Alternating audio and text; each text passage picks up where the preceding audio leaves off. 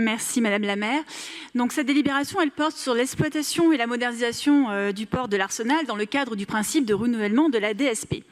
Alors soyons clairs, cela fait plusieurs années que nous entretenons un dialogue de sourds avec la ville de Paris quant à la situation en matière d'insécurité sur le port de l'Arsenal.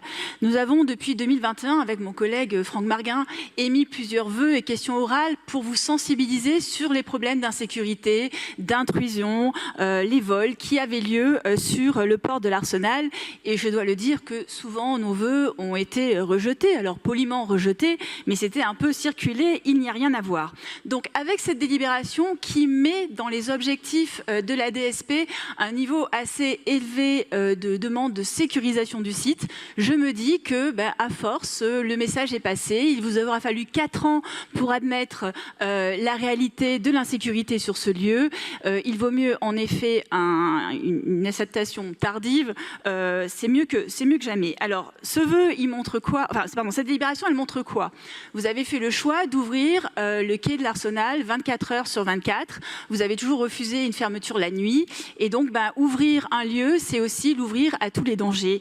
Et cette délibération, elle en atteste puisque vous reconnaissez qu'il y a eu 676 incidents majeurs recensés en 2024, dont 370 intrusions.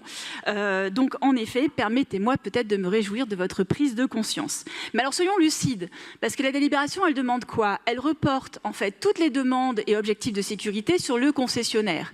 Et il y a une réalité, si le concessionnaire met en effet en place de la vidéoprotection ou d'autres mesures pour le faire, eh bien, il risque d'avoir une hausse des tarifs.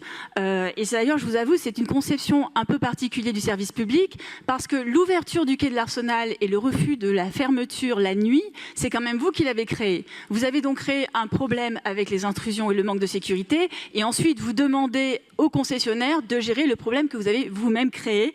Donc c'est assez cocasse, mais la réalité c'est qu'il risque d'y avoir une hausse des tarifs. Et je voulais savoir comment la ville voulait justement anticiper ou si vous avez prévu des garde-fous pour faire en sorte que la hausse des tarifs due aux objectifs de sécurité ne repose pas simplement sur les riverains ou les usagers.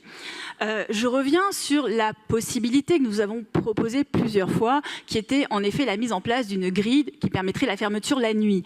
Cette grille, elle avait été prévue lors de l'aménagement de la place de la Bastille, mais elle a été elle n'a pas été mise. Je crois même savoir qu'elle a été produite et qu'elle est quelque part dans des entrepôts de la ville. Mais quoi qu'il en soit, je voulais savoir si vous comptez aussi participer finalement à la sécurisation du site pour faire en sorte que tout ne repose pas sur le concessionnaire et donc sur les riverains.